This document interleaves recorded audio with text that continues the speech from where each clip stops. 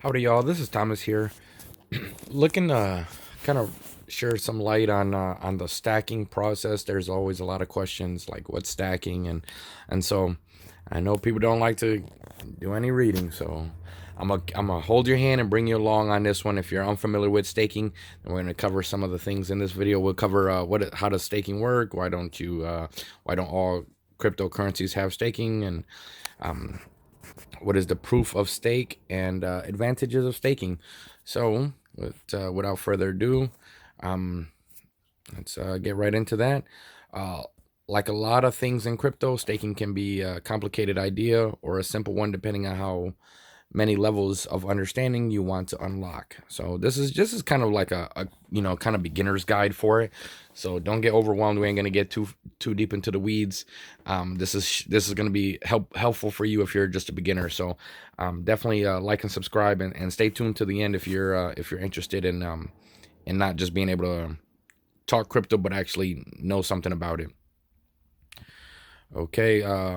For a lot of traders and investors, knowing that staking is a way of earning rewards for holding certain cryptocurrencies is the key takeaway. But even if you're just looking to earn some staking rewards, it's useful to understand at least a little bit about how and why it works the way it does. Okay. And this is important because some people, you don't want you don't or you're unfamiliar with it, and then you didn't read the fine print, and then now you're here and you got your stuff staked. It's in the wrong pool, they migrated it, or you need your money out and now you got to take huge losses because you broke the term limit. So yeah, definitely useful to understand a couple things about the staking process. If a cryptocurrency you own allows staking, current options include Tezos, Cosmos, and now Ethereum via the ETH2 upgrade. You can stake some of your holdings and earn a percentage rate reward over time. It's kind of like putting them in a savings account, and this is yours is kind of like your APY. This is usually happens via a staking pool, which you can think of as being similar to an interest-bearing savings account. Yeah, something very similar, with that like kind of CD type of loan, um, or kind of staking where your funds are kind of locked for a period of time. The reason your crypto earns rewards while staked is because the blockchain puts it to work. Cryptocurrencies that allow staking use a consensus mechanism called proof of stake, which is the way they ensure that all transactions are verified and secured without a bank or payment processor in the middle. Your crypto, if you choose to stake it, becomes part of that process. So you're basically lending liquidity to it, to the pool.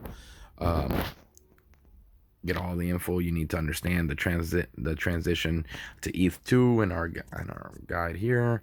Okay, tell me what y'all think. Are y'all looking forward to the to the proof of stake Ethereum versus the proof of work?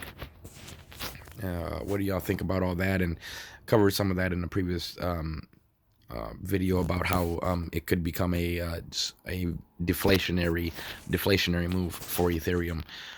Why do only some cryptocurrencies have staking? This is where it starts to get a little bit more technical. Bitcoin, for instance, doesn't allow staking. To understand why, you need a little bit of background. Cryptocurrencies are typically decentralized, meaning there is no central authority running the show. So, how do all the computers in the decentralized network arrive at the correct answer without having it fed to them by a central authority like a bank or a credit card company? And so the answer is the consensus mechanism. Many cryptos, including Bitcoin and Ethereum 1.0, use a consensus mechanism called proof of work. Via proof of work, the network throws a huge amount of processing power at solving problems like validating transactions between strangers on opposite sides of the planet and making sure nobody is trying to spend the same money twice. Part of the process involves miners all over the world competing to be the first to solve a cryptographic puzzle. The winner earns the right to add the latest block of a verified transaction onto the blockchain and receive some crypto in return. So that's your payment for becoming a node, and working that mine. Um, for a relatively simple blockchain like Bitcoin's, which functions a lot like a bank's ledger tracking incoming and outgoing transactions. Proof of work is a scalable solution, but for something more complex like Ethereum, which has a huge variety of applications, including the whole world of DeFi running on top of the blockchain, proof of work can cause bottlenecks when there's too much activity. And that's what really results in those high gas fees.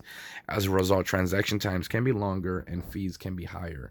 And that just is a problem, right? Like if you're looking to spend your Ethereum at the store, you don't want to spend 5-10 minutes in the checkout aisle, and then that's just unrealistic, a hassle. It's not worth it. If the credit card and or cash is considerably faster, than the transaction processing time, there's going to be some stickiness there, and that's going to hinder the adoption. What is proof of stake? A newer consensus mechanism called proof of stake has emerged with the idea of increasing speed and efficiency while lowering fees. A major way proof of stake reduces costs is by not requiring all those miners to churn through math problems, which is an energy intensive process. Instead, transactions are validated by people who are literally invested in the blockchain via staking. So there you go. That's where you get your name from. Staking serves a similar function to mining in that it's the process by which a network participant gets selected to add the latest batch of transactions to the blockchain and earn some crypto in exchange. The exact implementations vary from project to project, but in essence, users put their tokens on the line for a chance to add a new block onto the blockchain in exchange for a reward. Their staked tokens act as a guarantee of legitimacy of any new transaction they add to the blockchain. The network chooses validators, as they're usually known, based on the size of their stake and the length of time they've held it. So the most invested participants are rewarded. If transactions in a new block are discovered to be invalid, users can have a certain amount of their stake burned by the network in what is known as a slashing event. So basically now you got to pay the price for that moving forward. Basically, that way the ledger still adds up. What is the advantages of staking? Many long-term crypto holders look at staking as a way of making their assets work for them by generating rewards rather than collecting dust in their crypto wallets. So this is one of the pros of staking. Obviously, the con is that it's on the chain versus being in a crypto. It's going to be less secured, right? Because it's not in a cold storage off chain. So there's always pros and cons to everything. Staking has the added benefit of contributing to the security and efficiency of the blockchain projects you support. By staking some of your funds, you make the blockchain more resistant to attacks and strengthen its ability to process transactions. Some projects also award governance tokens to staking participants, which give holders a say in future changes and upgrades to that protocol, kind of making it a DAO. Or like a shareholder, vote and stuff of that nature. Some of these concepts have been around for a long time and are just being implemented into the crypto space. What are some staking risks? This is always good because you got to understand risk management, risk tolerance. Staking often requires a lockup or vesting period where your crypto can't be transferred for a certain period of time. This can be a drawback as you won't be able to trade staked tokens during this period, even if prices shift. Before staking, it is important to research the specific staking requirements and rules for each project you are looking to get involved with. So if it's staked, there's like no run on the bank when it's in a CD, right? Like you can't get your funds out because it's locked in there, and there's no way. So price is plummeting and you're thinking about, it's time to sell. You can't even panic sale, it's locked. So, and then how do you start staking? Staking is generally open to anyone who wants to participate. That said, becoming a full validator can require a substantial minimum investment. ETH2, for example, require a minimum of 32 ETH. So that's kind of like the buy-in for it. Technical knowledge and a dedicated computer that can perform validations day or night without downtime. Participating on this level comes with security considerations and is a serious obligation, as downtime can cause a validator stake to become slashed. So you got a power outage, ouch.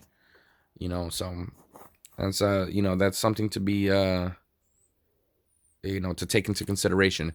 But for the vast majority of participants, there's a simpler way to participate via an exchange like Coinbase. You can contribute an amount. So it's like buying fractional shares almost through a centralized exchange. That way you don't need all 32 ETH. You can participate with a lower, like that, like right there. It says lower barrier to entry. Exact the words I was looking for. You can contribute the amount you can afford to the staking pool. This lowers the barrier of entry and allows investors to start earning rewards without having to operate their own validator hardware. Staking is available to most Coinbase customers in the U.S. and many other countries. So tell me what y'all think about that. Hopefully you got something out of it. Useful information.